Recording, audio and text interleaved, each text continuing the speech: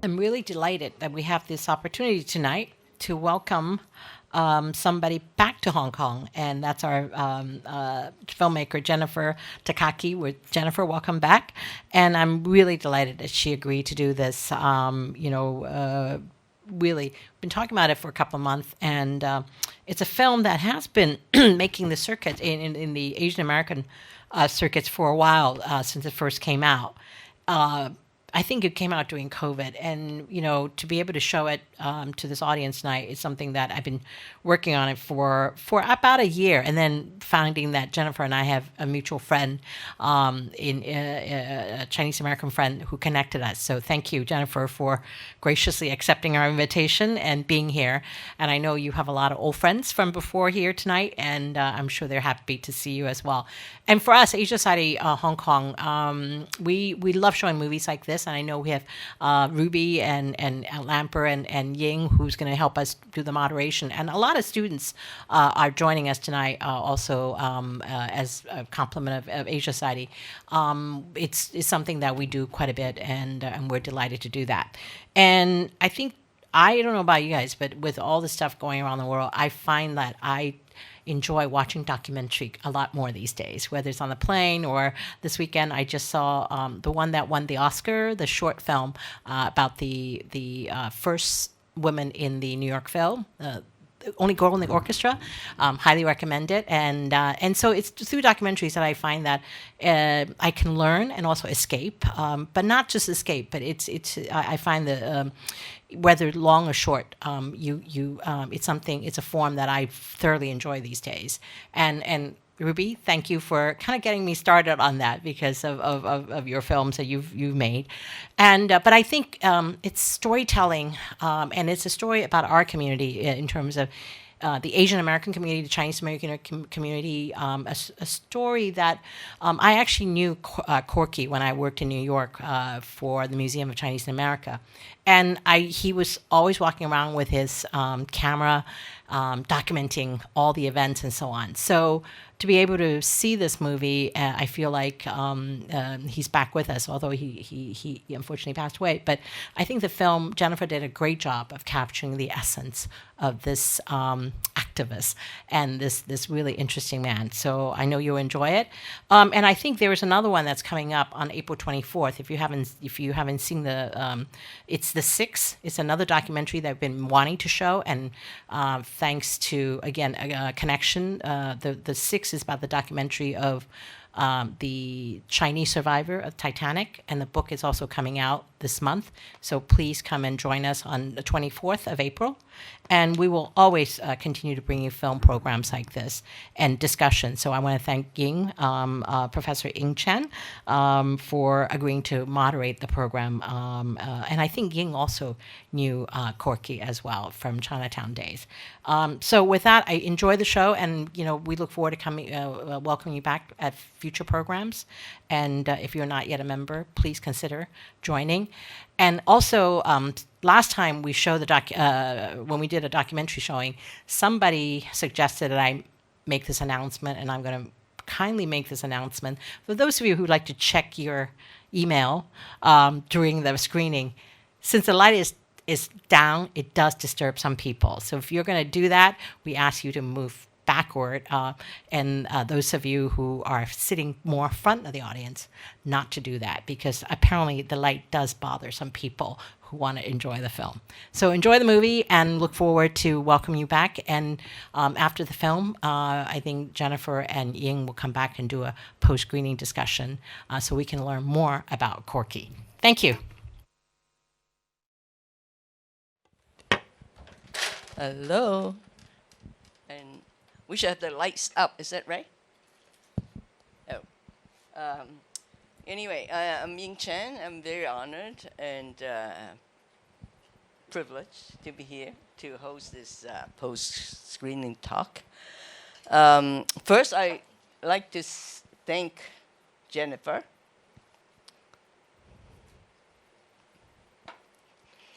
for documenting this.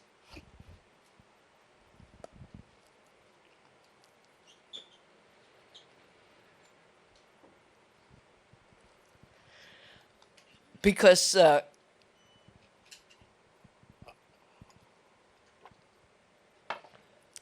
Corky is a good friend. I knew him, I think, in the 70s. So the pictures he took of the early days of the demonstrations, fighting for hiring of Chinese for the building of the Confucius Plaza in Chinatown, about police brutality, about discrimination. I was there, and he was a good friend. He's a good friend. And but I wasn't there because of COVID. He died January 2021. I was here, right? And I saw him only a few months ago when I visited New York. So I wasn't at his funeral. I wasn't at his wake.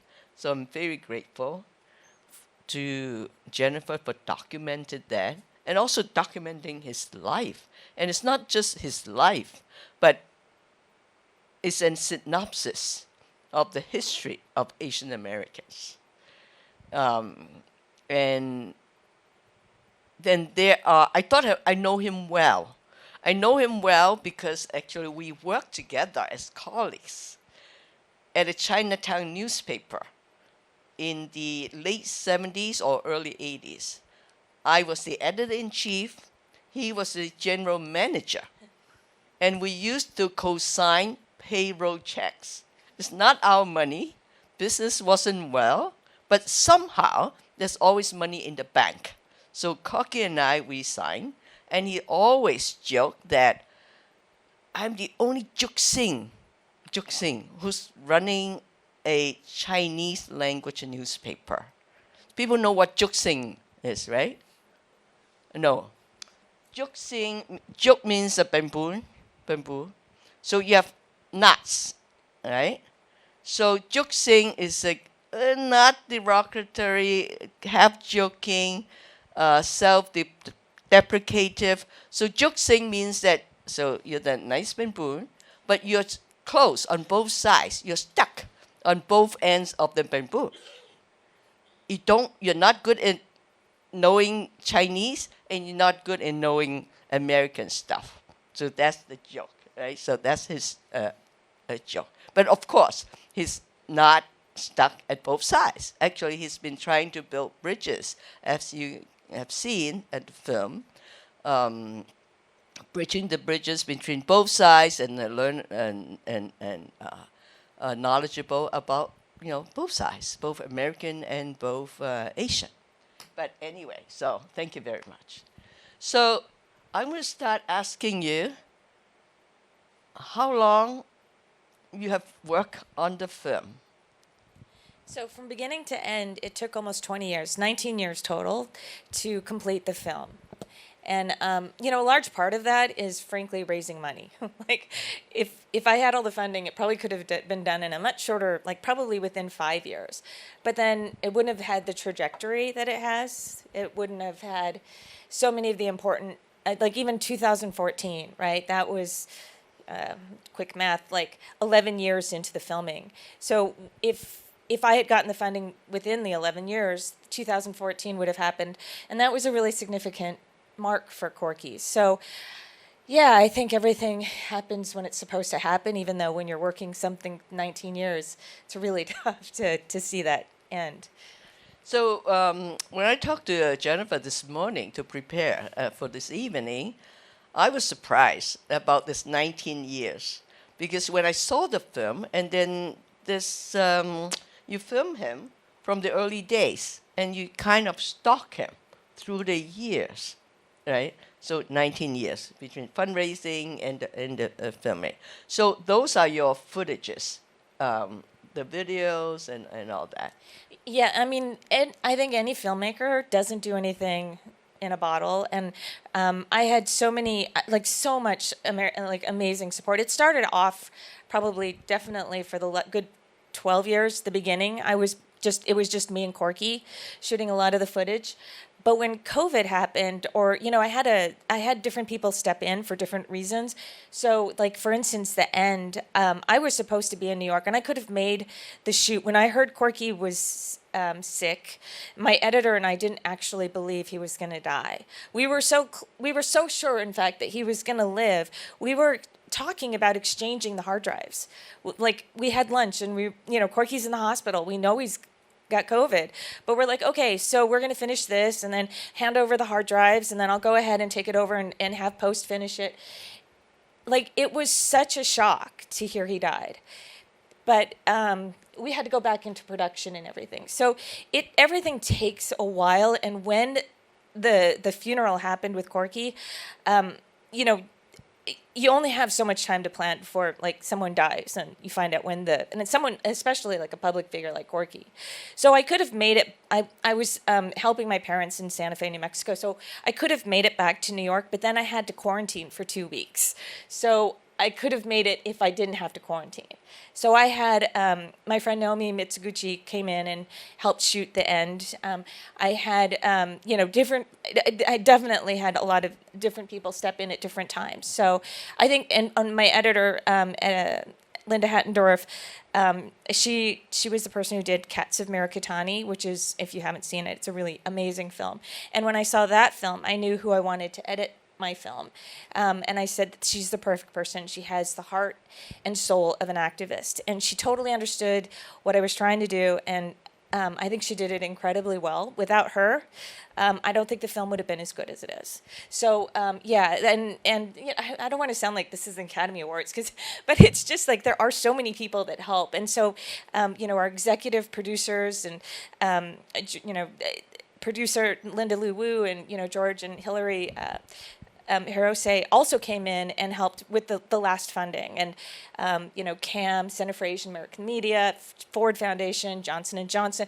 Like, it takes a village to finish a film, and so often when you see films, the filmmaker who's the director often gets the credit, but obviously there's a ton of people, post-production people as well, animation. So I could go on, but you get the point. It's not just me, and I am forever grateful for it getting finished and for all the people who stepped up to make that happen. So backtrack, right?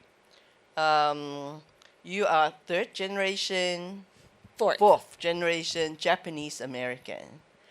How do you get to do the film? Now, that's first question. And second question, so you're like an outsider because you're not with the Chinese community. So you're an outsider looking in. So does that give you an advantage? And what's the meaning of that? So first, how do you get into film? And then the experience of it. So my background is in journalism. I've been a producer, a news producer, and I think, so the other thing is I lived in Hong Kong for 6 years, and I worked at Star TV, and I worked in Encore. One of my old bosses is here, Aaron Lee. But anyway, so my experience is and also I used to do family documentaries. So I have a huge, my area of expertise is people, history, culture, and food. And I always knew I wanted to do something meaningful, but I didn't exactly know what that would be. And so, I think everything kind of happens in its own trajectory. So as I produced news, I came back to New York, and I started to film people with like a singular vision, people who just did things. I think there are very few people, and I think if you think of who in your own world who those might be, they're really special people. These people who do whatever they do with such a passion and such a strength of vision. And it doesn't matter who they're married to, what they're doing, whatever is going on in their life, family, like Corky is the best example. And so I had decided I was going to start filming people with singular visions in New York for 5-minute pieces. And then lo and behold, I randomly come across Corky. I'm at an Asian American journalist event. A friend of mine was doing a talk, and I turned to the person next to me after the talk was over and asked where the bathroom was. And it just so happened it was Corky. And Corky said, I don't know where the I don't know where the women's room is, but I know where the men's room is. I said, I guarantee you, if you tell me where the men's room is, I'll know where the women's room is. And then he's like, but actually, the history of the building is it was built in yada, yada, yada, and it was an all-boys school. So actually, the women's room, and I was like, just tell me where the men's room is. He's like, I'll show you. And I'm like, who are you? And he's like, I'm Corky Lee. And so we started talking on the way to the bathroom. And he was telling me he was a photographer, and he had all these different ideas of what he was going to shoot. He was going to shoot political mayors, Asian American mayors across the U.S. And I said, who's funding this? And he didn't really have a funder. Corky just had a beat to his own drum and did what he wanted to do, and he made it happen. And so he had these ideas of what was important. And so I thought he was fascinating. And it was from that point that I started to film him.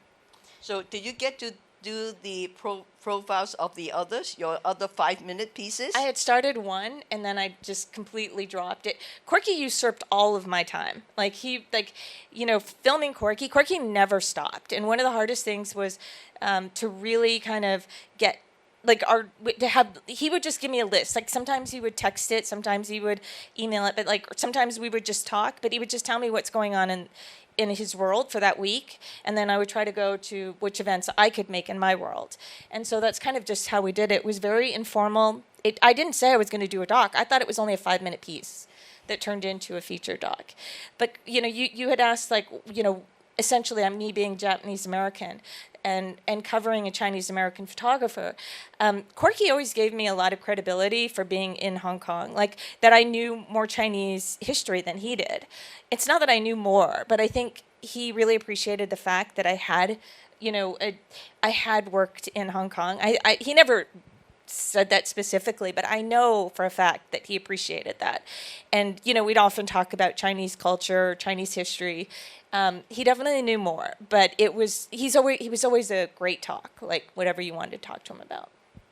So anything surprise you when you're following him in all these shoots, all his lives into different communities, in and out of different Asian American communities? I think one thing that's always surprising is that Corky didn't care if he was being paid or if he was invited. He just showed up. He would hear about things, and somebody would say something, and he would think that was interesting, and he would just go shoot it. And it wasn't about money. It wasn't about fame. It wasn't about anything other than Corky thought that it needed to be documented. And I think that that's what makes his vast collection so priceless, is because no one else would do that. No one else could do that. No one else, there was no one like Corky. And I think that was so, I don't know, it was very inspiring to be with him, because not only did he film these for free often, but also he was a connector. He loved to connect people to other people. So actually, Jameson, if you guys don't know, he does a comedy. You're a comedian and you also do comedy shows in Hong Kong, right? The last time I saw Jameson was with Corky at an event. It was definitely over 23 years ago, right? But that goes to show you, and Jameson came here tonight. Jameson, I've always felt when you meet somebody through Corky, by Corky, for Corky, however you meet, Ying and I just met, you become such fast friends because Corky was such a connector, and it's kind of like a solid. If you know Corky, then you're friends with whoever that Corky was friends with. And I think that's one of the most unique characteristics of him, is the people, the breadth of people that I was able to meet, and the experiences that I got to experience through him. So it was a true privilege to have done it. I don't think that there could be a more interesting character than Corky. I have a couple more questions for Jennifer, and then we'll open up to the floor. Please have your questions ready, your surprises, your feedback, any questions, all right? So now, but then you've been doing this film, right, 19 years. So while you're doing it, was there a point that you're asking yourself, where is this going? Where is this film going? Will this happen? Right? Because you just follow him, right? So was there such moments that you say, where is this heading? Yeah, for sure. I think the challenge of shooting Corky was, Corky and I had this tacit agreement where he didn't ask me when I was going to finish, and I didn't tell him when I was going to finish.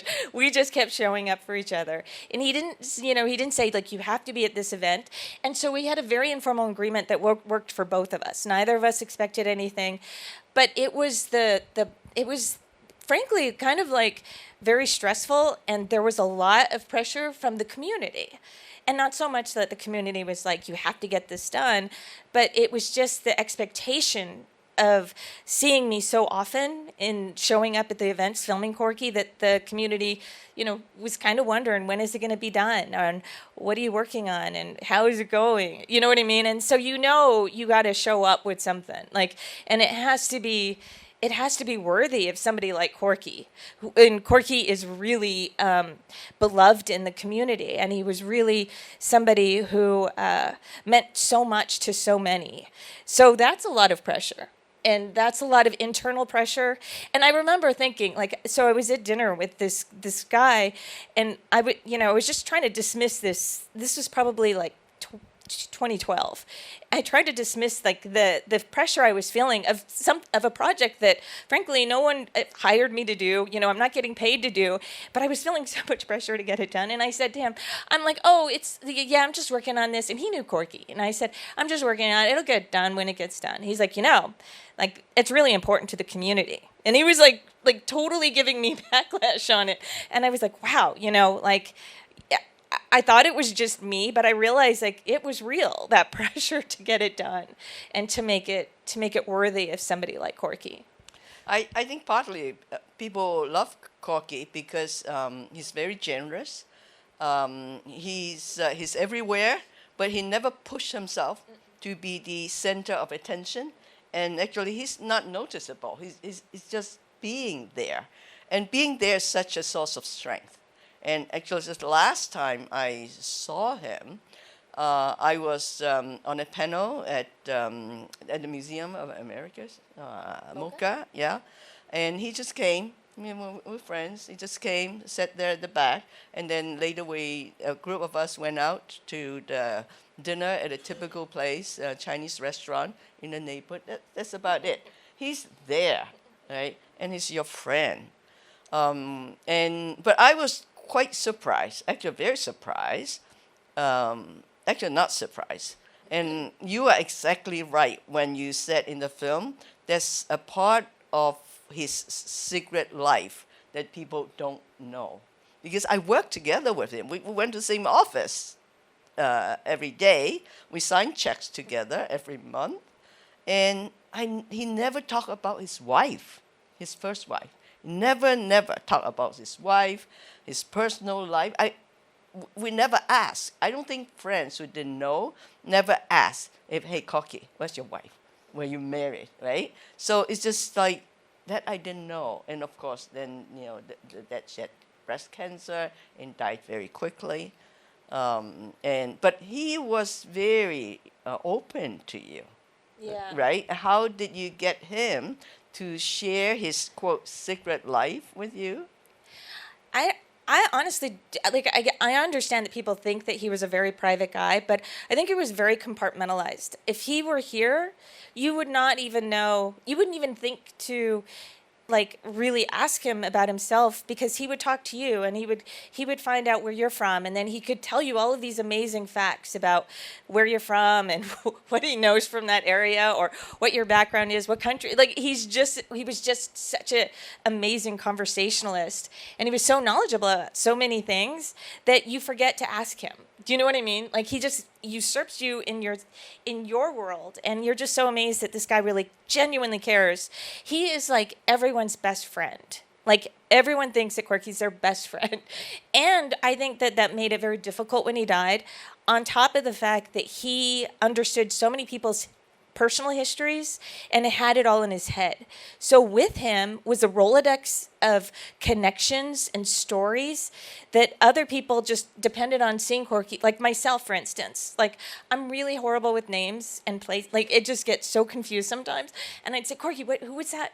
And he would say, blah, blah, blah, blah. But when Corky died, that died with him. right? Like he knew what events we had gone together. Like he could recollect names like no one could. And he really cared about making sure that people who were like-minded, or for some reason, if he thought someone could help you, he wanted to make sure that those connections were made. So yeah, it was a huge loss in the community for sure. And I think one of the very poignant section of the film is where he organized people to reenact the site, the celebration of the Intercontinental Railroad, right? And he's not just a photographer or a passive recorder. He was also an activist, an initiator, right? So I think people also reacted to that and relate to him as a person, not just a distant third person observer. Yeah, for the 2014, and I'm glad you bring this up, but they didn't hire a photographer and then, Corky just happened to be the one that they chose. Corky was the one who instigated it, helped get the groups together. He literally was organizing the buses. He's like, I could get you a place on the bus. And I was like, that's great. He really did the work behind the scenes as well. And I think that's such a remarkable person, because he's a guy who's like has the ideas and he's able to execute them, because also he knows so many people and he could make it happen, and he's so passionate about so many things. My last question from here, and then I'll open it up to the floor, because the film is not just about him. It's also about Asian Americans and the struggle and lives of Asian Americans in American history. And to me, all these issues are more relevant today, right? We talk about discrimination, we have hate crimes, exclusiveness, and today the issues are still there, right? And how do you see that the audience relate to that? Do you see a growing response, endorsement of the film as you do your circuits around, through the country? Absolutely. I think what makes Corky so interesting is he's such a charismatic, likable character. And because you care about Corky, that you care about what he cares about in terms of the topics. And I think that for us, or at least for me personally, when we had a theatrical in London, and it wasn't the London theater didn't have all Asians. It was mainly non-Asians who went to the theater, and I thought that was pretty remarkable. They even extended our run. I thought that for an audience to resonate with somebody who had a totally different life from another country, they weren't Asian, not necessarily Asian. I think it's testimony to Corky's character and being. And I think that that's what's very important about him, is that he really can connect to audiences. So I do think that there's always room for growth. I still feel very strongly he's flying under the radar.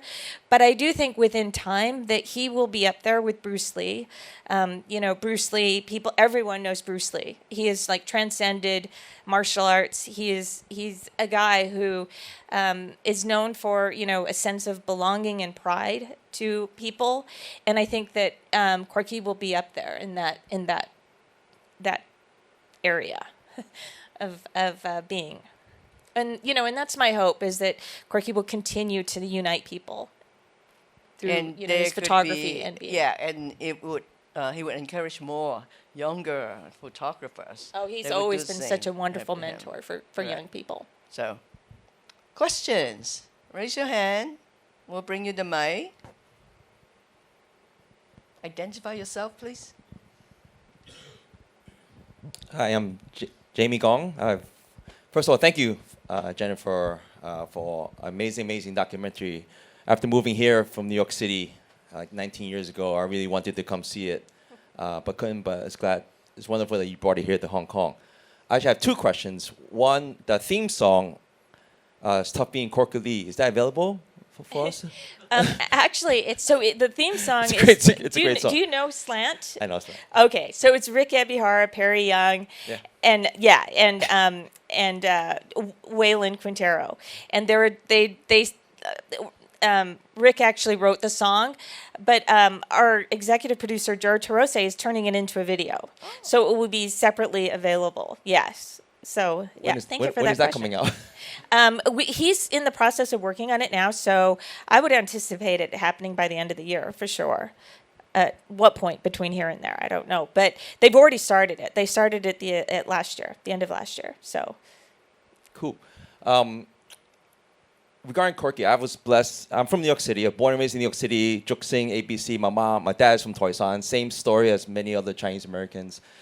I was president of OCA New York chapter in the early 2000s for 2 years. So I was very involved with activism, and that's how I kind of met Corky. And you are absolutely right with this film, how he seamlessly tireless was everywhere.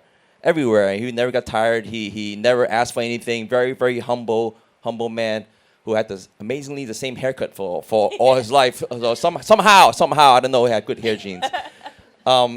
But regarding this film, after seeing it now, finally, what next? I mean, what's your plans? I definitely believe, Corky is a true American hero, where his legacy should never ever be forgotten, not just by Asian Americans, but by anybody for what he chose to do. And what next for the film, and also I know he's irreplaceable, but I've been out of New York City for many years, so I don't really. I still have friends in New York City, Junji and Phil Nee, of course. But who is actually kind of replacing him in a way, or is there anybody that is doing what he used to do? I think that Corky is irreplaceable in the sense of, one person doing his job. But I think there are many younger photographers. You've seen some of them in the film, including Shirley Young and Karen Jo. You've seen the ones in the end who were they were filming his funeral and his memorial down in Chinatown. I think that Corky has touched so many young people, and he took them under his wing. There were so many people who would hear about Corky in class, and then the teacher would tell them oh, you've got to meet Corky Lee, and go to when you go to New York. And so people would call Corky, and Corky would just take them under his wing and just say this is what I'm up to. Everyone, Corky just always had time, and that's the crazy surprising thing about Corky. I mean, I spent so much time with him, but everyone spent so much time with him. How could this one person have a full-time job, be doing everything he did in photography, and then have one-on-ones with so many people, and be so present for everyone? I think that is a gift that, and a gift that keeps on giving, because every screening we have, everywhere we go, we always meet people through Corky that knew Corky. And so, yeah, it's just a growing legion of people. And I think that we're all very blessed to have known him. And those who don't know him, I think it's really great to learn about him. And we'll all share that kindred spirit of Corky forever. I think he's really that important. And by the way, I know the owner of the printing firm that he worked at for 20-some-odd years, XPD.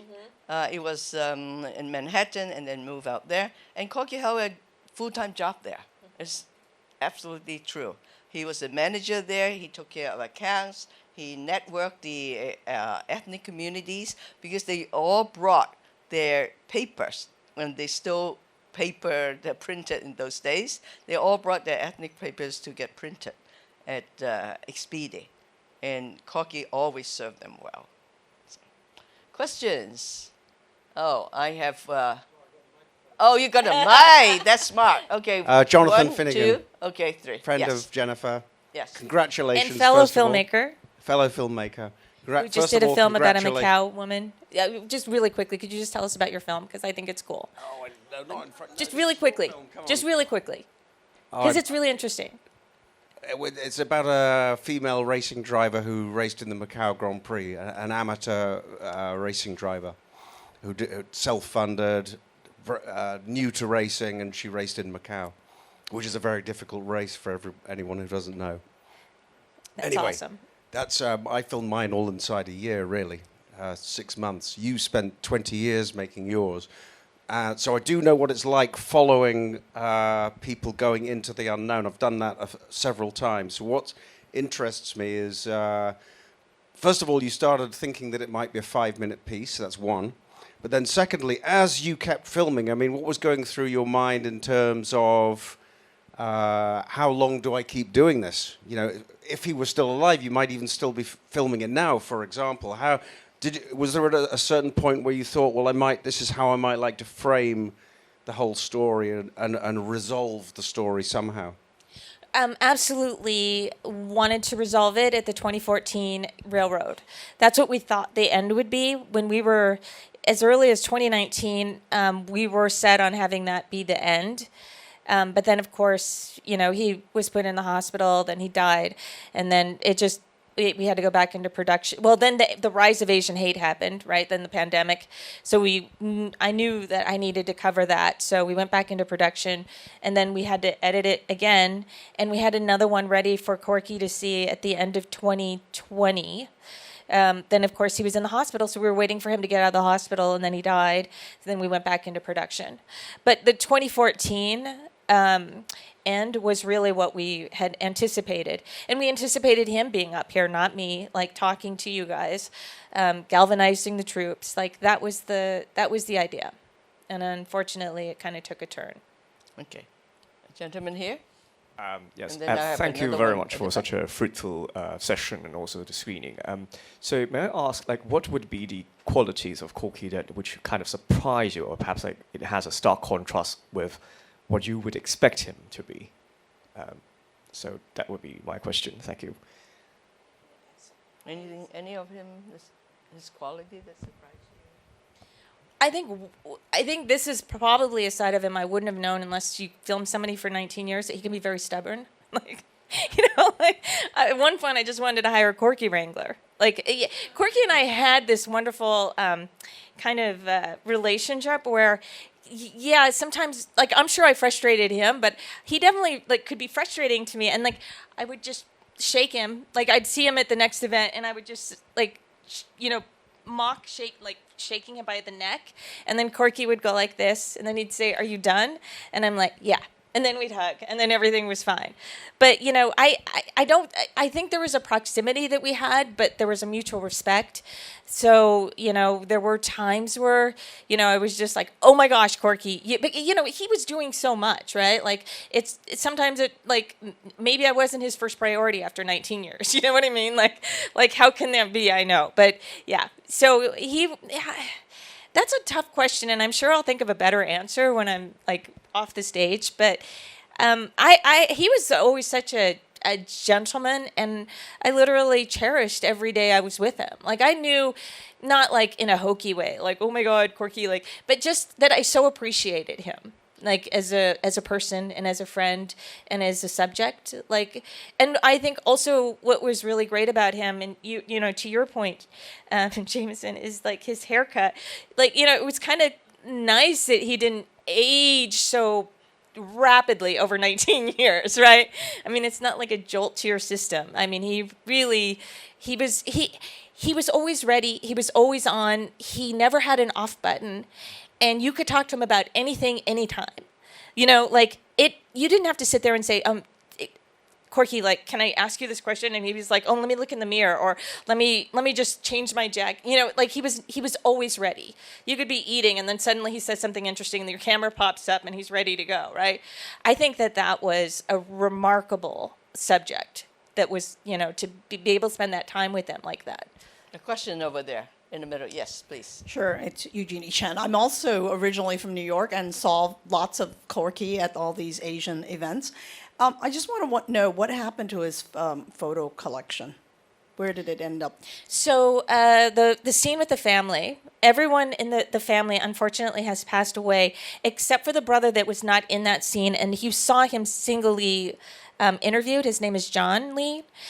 He is the one sibling and the one family member, the immediate family member that's alive, and through him the estate exists. And so they have all the photography of Corky's. So would that be given to a public trust or a university library or? I don't know that they've made that decision yet. Okay. Because Yeah. that's a very valuable collection. Yeah, and you want it in the right hands. You want it with a group that really kind of understands Corky. And I think that was always the challenge, right? When people were telling me to get an expert to talk about Corky, like, there were no experts per se, like experts. Like, the experts were his friends and the colleagues that he knew that were interviewed in the film. I mean, the people, there weren't like curators at MoMA or, that really could speak in depth about Corky's work at the time. Yeah, you had Peter Kwong in there, Yeah. who's also a good friend. And Yeah. it's very sad that And he just unfortunately passed away too. yeah. Hi, Yes, my name yeah. is Jason. My first question is, how did making the film and getting to know Corky affect or change the way you approach storytelling and journalism? And my second question is, as you know, Asian America, the demographics are changing as a very different Asian America than when Corky first started. What do you think are the new opportunities for Asian American documentary and filmmaking in the years to come with these new political changes? And are there opportunities for, more solidarity between Asians living in Asia and Asians in America? Wow, that is a very full question. I guess the first one about Corky and how I changed as a person is I definitely see life a little bit more through Corky's lens. Like, as I had the opportunity to just listen to him about why he took a photo. And so sometimes I'll see people in a particular position or a situation, and I'll think, oh my gosh, that's like a Corky kind of subject. So like in my head, I'll go through and like, oh, this juxtapositions to this and that. And, Corky really loved the juxtaposition of the American flag with Asians doing something or something very very American with an Asian face, and I think a lot of his photos, you'll see that juxtaposition. But he had a lot going on in some of these photographs. Like, I think what's interesting about the photography now is that what was in Corky's mind is obviously not what's going to resonate with us because we don't know the background of the photo. But the vast collection is, in the totality of what he did, will help other people tell Asian American stories, right? It doesn't have to do with why Corky originally took the photo, right? So the sewing machine, for instance, that Corky had a whole story behind that, but it was just like this elderly lady walking by and looking at the photo, just glancing at the sewing machines is what is actually seen. But you can show that to talk about the demise of the sewing industry. So that's how it changed my perspective. Also, just with the people I meet and I have met, I think that's opened up my world because Asian American history wasn't taught when I was going to college. And Asian American history per se, and like the big gamut of things, there were pockets of things that were talked about. So a lot of what I've learned was through Corky. And so, yeah, I think my world has definitely widened for that. In terms of the population, the Pan-Asianness, I think, is very embraced by your generation and younger generations. And I think that will just continue to evolve in the best way possible. I think that a lot of Asians, particularly my age and your age, like all of our, the older people were very much like segmented into, different populations and groups. But I think, when people see this, like the idea of that Pan-Asianness really resonates with the younger generation. So I expect that to continue to be a very positive mark as people move forward. And in terms of like how that will inspire kids is, they will start documenting their own communities and their own stories. And I think that's something that filmmaking, there's so many stories to be told, and that's something that Corky really wanted people to do, was to focus on their community and not look to the outside world for stories when there were so many wonderful stories to be told so close to home. And I don't know if there was a third. Did I answer everything? Was there another between one? Asia and Asian Americans. Oh, that's a great question, and I hope that will. I'm not really sure how that will evolve, but I guess, just through colleges and kids going to different schools from different countries and then being exposed to whatever, films or, cultural media is at hand at whatever country they're in. But I think somebody like Corky should be, frankly, a college course that could be taught, because you can learn so much about different cultures through someone so interesting, like Corky, and someone so engaging. I think that that's really important. I think your point on the juxtaposition of the American flag and the Asian Americans, their own identity, that observation is exactly right. And then I think Corky likes those images because one, as he said in the film, or you said it in the film, is that Corky used it to show the patriotism, but also as protection, especially after September 11. And then he's also using those images to show that, hey, Asian Americans, we are Americans too. We are immigrants, we're Chinese, we are Filipino, and others, but we are as American as you are, the white. I think he's very insistent on that. Yes. And one of the other legacies of Corky is our executive producer, George Hirose, came up with a design for a sticker. Carolyn, were you able to disseminate those to everyone? So at the end, we would love to take a photo with everyone in their stickers, because that's also a way that we're showing how much effect Corky has around the world, is by showing people, holding the sticker and taking a photo with it. And people will write to us, and we send them the stickers, and they'll take it at places that are iconic and wherever they live. So that's just another grassroots way of continuing to show how the effect that Corky has on people. Now, we have students in the audience, with young photographers in the audience. Give us some questions. No? Come on. Not to put you on the spot. Yeah, I'm putting you on the spot. There's one there. Yeah, okay. There's a hand there.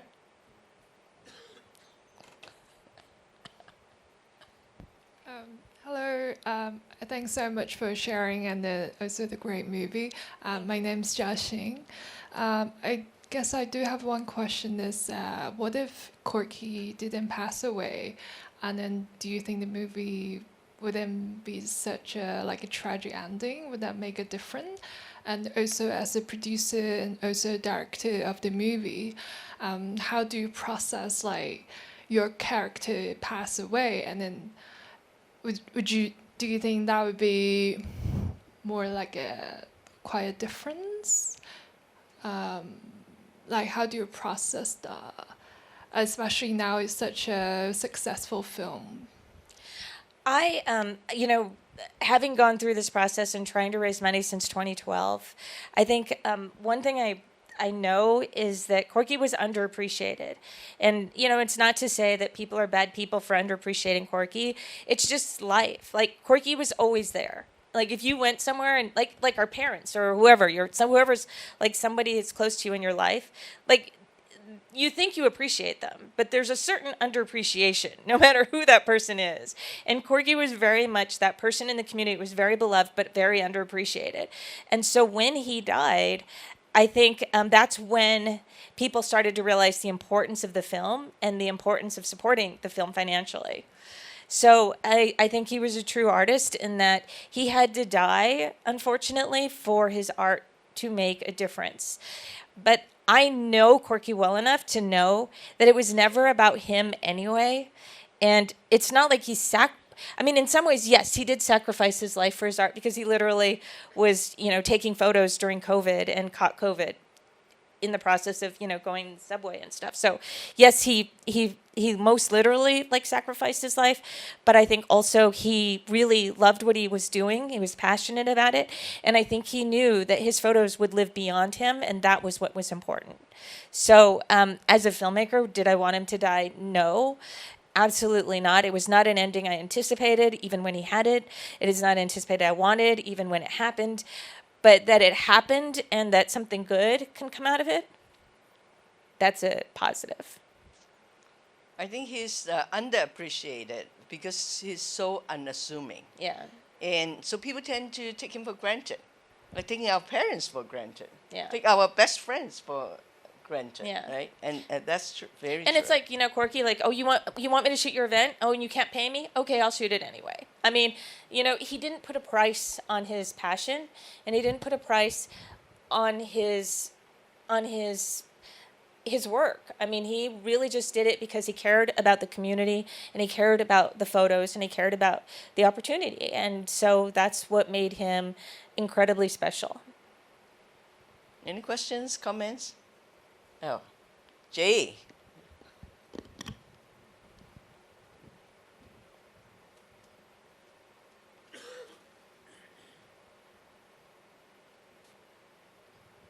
Hi, thank you so much for the movie. Really found it really inciting. My name is Jay. I'm a journalist based in Hong Kong. My question to Jennifer was that considering there have been so many books and so much media on Corky, how did you make sure as a filmmaker that you sort of added to his legacy and his story?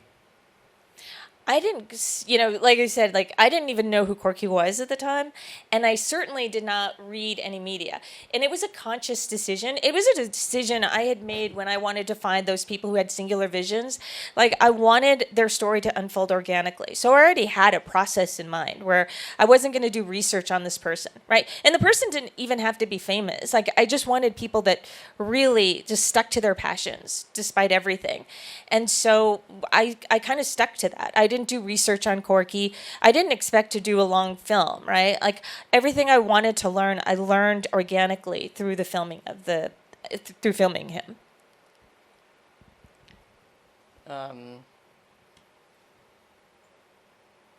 Any other comments?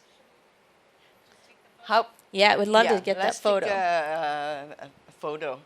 But just one last thing about what next, right?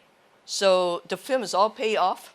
I saw you have a long list of No. sponsors, supporters. I owe a lot of people a lot of money, but I absolutely know that this is going to happen. I think this is just the life of a filmmaker. It's that, you don't do it because you're going to get paid and you're going to have, a fruitful, large treasure trove to move to the next film. But I absolutely know some way, somehow it's going to happen. We haven't done streaming yet. I don't know. I really believe in the film, and I really believe that all these loans that I've taken out will be paid back. So if you're out there and I owe you money, I'm working on it. No, I'm kidding. Okay, so we do a photo together. Yes. All right, we'll come down.